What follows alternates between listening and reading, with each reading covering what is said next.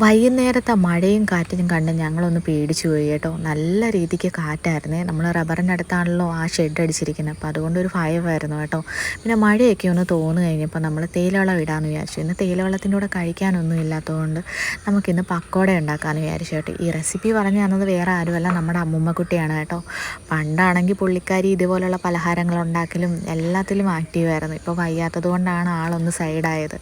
പിന്നെ ഗോതമ്പ് പൊടി കൊണ്ടാണ് നമ്മളിത് ഉണ്ടാക്കിയത്. പിന്നെ ഈ ഒരു സമയത്ത് അമ്മ കുളിക്കാൻ പോയിരിക്കുമായിരുന്നു. കുളിയൊക്കെ കഴിഞ്ഞ് ആൾ വന്നപ്പം ആൾക്ക് ടെസ്റ്റ് ചെയ്യാൻ കൊടുത്തു കേട്ടോ. ആൾ പറഞ്ഞത് അതിനകത്ത് ചെറുതായിട്ടൊരു ഉപ്പ് കുറവുണ്ട്, അല്ലാതെ വേറെ പ്രശ്നമൊന്നുമില്ല എന്നാണ്.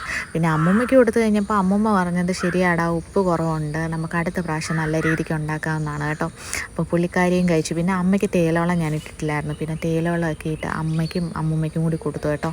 അപ്പോൾ രണ്ടുപേരും പിന്നെ അവിടെ ഇരുന്ന് കാര്യം പറച്ചിലൊക്കെ ആയിരുന്നു. പിന്നീട് ഇനി വിളക്ക് കത്തിക്കാനൊക്കെ ഒരുക്കണം. അങ്ങനെയായിരുന്നു വൈകുന്നേരത്തെ പരിപാടി കേട്ടോ. അപ്പോൾ ഇനി അടുത്ത വീഡിയോ ആയിട്ട്